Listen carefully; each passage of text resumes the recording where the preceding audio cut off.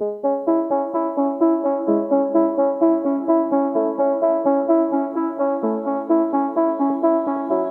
is Seasons of Discontent with your hosts Rick Snyder and Matt Combs on the Hogstein Network.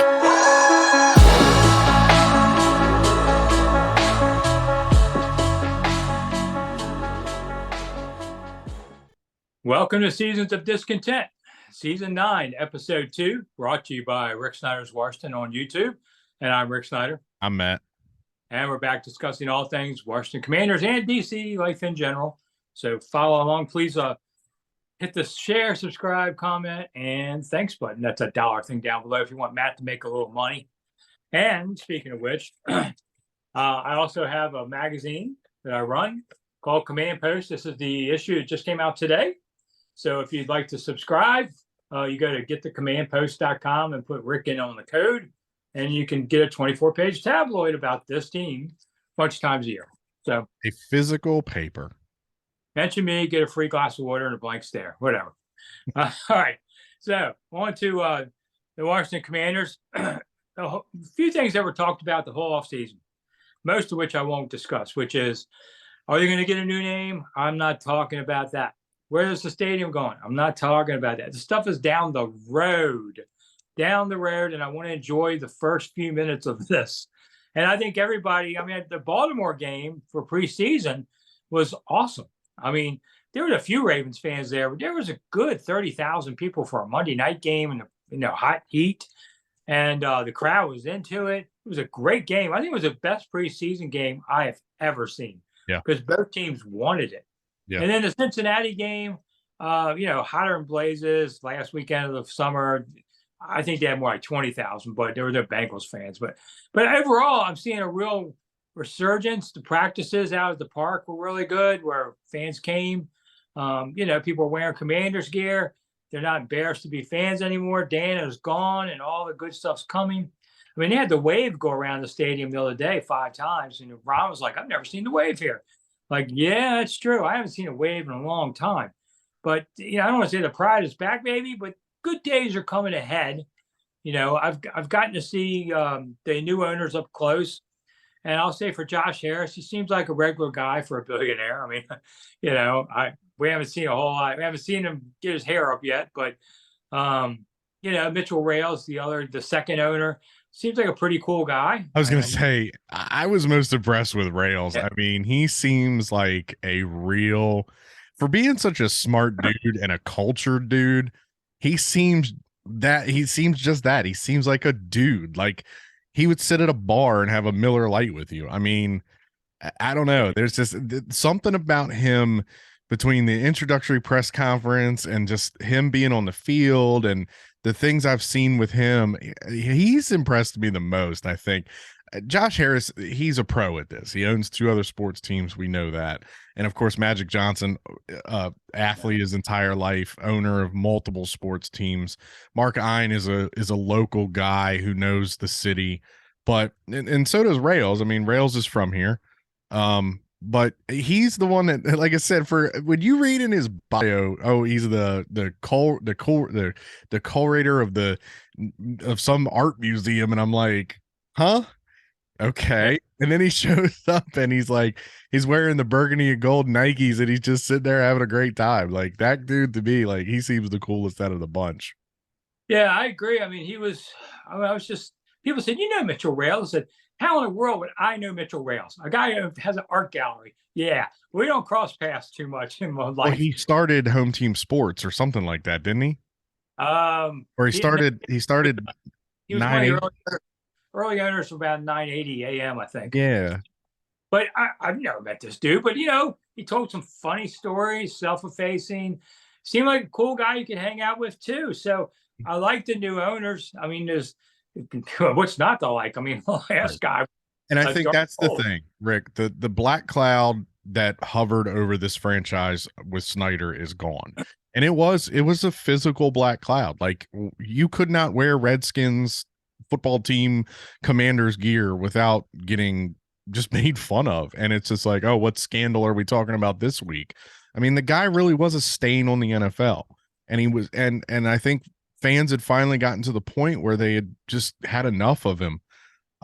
This new ownership group, they're a breath of fresh air, and I'm not going to draw comparisons with Snyder, but most of them are all local guys, that actually know the city that they're going into, that know the demographics and how much this team meant to this city. Josh Harris referenced it multiple times. He remembers walking to RFK Stadium to go see the Redskins and watching RFK bouncing and remembering the legends. And that's another big thing, that Snyder had lost connection with the legends of this team. Aside from like the Doc Walkers and guys like that, who, let's be honest, Doc worked for him. Doc worked for him at 980. Brian Mitchell did for a while as well. He's really connected with the legends, and that was the first big thing that I noticed at the press conference. Hell, was it Mark Mosley was there? We haven't seen Mark Mosley in this town in 15 years. Mark Mosley wanted nothing to do with this team. He didn't even come back for the Hogs, the Glory Day celebrations. Guys like that. Mark Schlereth. How many times did Mark Schlereth sit there on ESPN and talk about how much he loved playing for the Denver Broncos? Never mentioned his time here in Washington, but how much he loved Shanahan and how much he loved playing for the Denver Broncos. Mark Schlereth is kind of back in the fold now, talking about how Washington is finally going to be a real team again. Like, the impact so far has been great, and we saw with the fans showing up to training camp. Hell, they built bleachers in 2 weeks. Dan didn't do that in 23 years. Yeah, they're nice bleachers too. And what did they say? Like 10,000 people the first day of training camp? That's unheard of. Yeah, I mean, we got that when we first went to Richmond for a while on weekends, but even weekdays were, at least 5,000, to come stand out in the sun for 2 hours and watch guys throw the ball around. I mean, it's not, practice isn't that exciting, but people were glad. They were glad to come. So it's been a real positive thing. I know people who work there have like exhaled for the first time, that they're not afraid to come to work, that kind of thing. Will there be changes? I'm sure there will be at the end of the season. I think so. Money people in, but Jason Wright's not living scared. He's going out there and doing what he does. And they're trying to get the alumni. I think it's like the second home game is the alumni game and that kind of stuff. I mean, they're trying to do whatever they can. The greatest change was in the press box, the first game at halftime. There were no hot dogs. I'm like, what? There was salmon and crab ragoon. What? Yeah. I was like, wow. Woo, hey, things are getting better. Wonder who's in charge of the the press room food. You got to thank that guy. Where are the hot dogs? It was kind of crazy. And that's the thing. You talked about it. Look, the stadium, that'll work itself out. We all can pretty much guess. DC, as soon as it was announced that Dan was gone, DC piped up and said, "Hey, we got to figure out how to get this land." I mean, let's not close our eyes to that. I mean, hell, Josh Harris has mentioned RFK how many times, and he's only owned the team for a month. I mean, the guy wants to get back to where they were the strongest, where they were the most feared. The name, I could see them changing the name just because the Commander's name will have the stank of Dan Snyder on it because the change was made during his ownership, but I don't see him going back to Redskins. But I could see, hey, Josh Harris is an NBA owner. What was the one thing that kept us from getting Red Wolves? The Minnesota Timberwolves. He could go over there and talk to his buddies. I mean, that's the thing. We have a guy that is respected and is connected. So things are more likely to happen than they would under Dan Snyder. And I also think that this is going to be a franchise where guys want to come to play, not just to get paid, but actually to win. And you talk about changes. I do see Jason Wright maybe going somewhere after this season. Hell, I could even see Ron saying, "Look, I'm done with the coaching. Let me go upstairs and serve in an executive role." And I could see Bieniemy being the head coach of this team as long as the offense clicks. I mean, it's all going to depend on what is done on the field. But, those are just the early predictions that I have for this team. But, Rick, I've never had since, 91, 92 when they won the Super Bowl. Like, I have not had this sense of just fondness of this team again. Like, these guys have come in and rejuvenated my fandom. Yeah, it's a great thing. I mean, we haven't since we haven't been on the air in a while. I talked about one thing. The stadium search. I mean, RFK is certainly the first choice of everything, and it could happen. Very much. It'd be a different experience because you won't have all that parking. I think you keep the parking lot down by the river, all that. Poplar Point. People have talked about that. Poplar Point's 90 acres, and an NFL stadium footprint. The last couple that were built were 75 acres just for the building. So there's not enough room at Poplar Point. They were like, well, they could use the Anacostia Metro. I thought, I don't see that happening. What I did hear from really good sources, the Oxen Cove deal was done, and then Dan screwed it up. He gave Hogan a hard time. Governor of Maryland gave him a hard time after the deal was on. Like, I beat you, and Hogan got mad and pulled the deal. Good. So that's what happened there. It would have already been Oxen Cove. So I think RFK. I see 3 different prominent DC politicians waving at Snyder because they all know if I get to say I brought back the Redskins, and watch, they'll say that name, then legacy for you. You'll always remember. And, it's just something they'll always want. And you don't forget, this team does have a shadow House of Representative, has a very old person doing it. I guarantee you the mayor is thinking, I can go work in Congress after this. If I get this team back, I get voted into the House of Reps. Yeah. On Holmes Norton. They all know that. So that's why they're all going to go for it. Now, it's good. I've been told 2030 is the early number. And I'm not sure we're going to be doing this show and be around in 2030. So go for me if I'm not there. But that's how far it is. That's why I hate. It's like we hit the reset button on this. So I guess they're going to have to extend the lease with FedEx Field in Maryland, right? Because the lease runs out in 27. Right, they can. It's just the county makes more money in the steel. Yeah, lease. The team loses some of the revenues, but they can stay. Nobody's going to kick them out. The governor of West Moore was down at the first game. Trying. Baltimore Ravens too, so he was getting both ends of that one, doing a little political moves. He's trying to talk into the team. Governor Glenn Youngkin over in Virginia was at practice trying to talk about it. Although now, we hear that he may get to run for president. So he might have other things on his mind. But, I've heard Murdoch wants to back him. So that's a lot of money. Hey, Rick, what I thought the stadium search, wasn't that your buddy's job? Well, I can't even remember his name now. The GM of this team. Oh, yeah, well, Bruce Allen. That was Bruce Allen's job.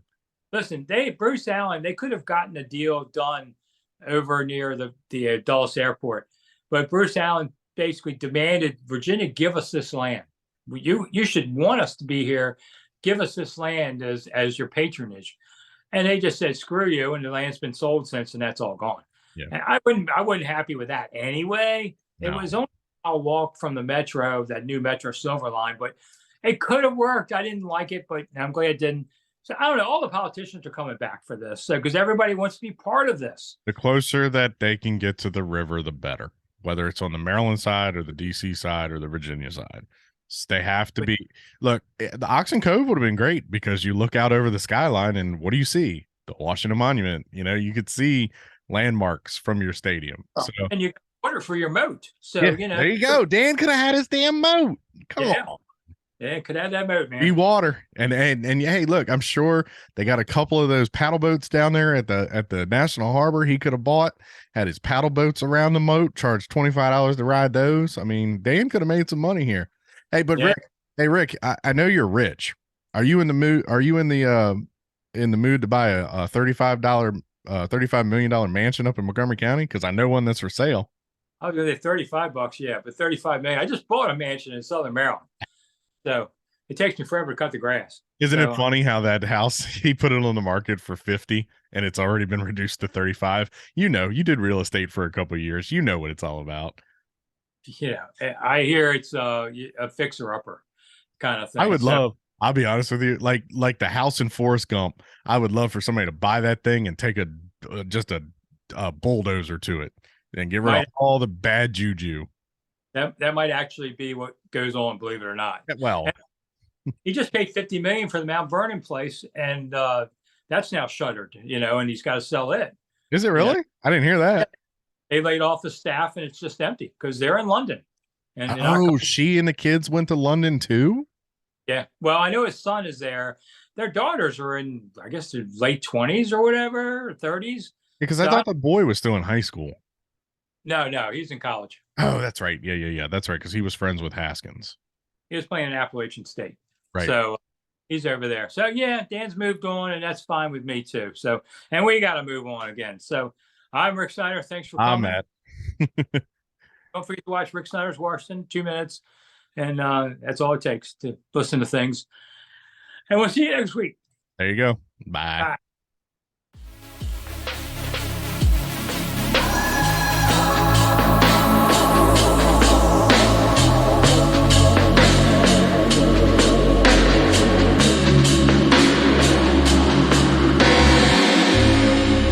Thanks for listening to Seasons of Discontent on the Hogstye Network.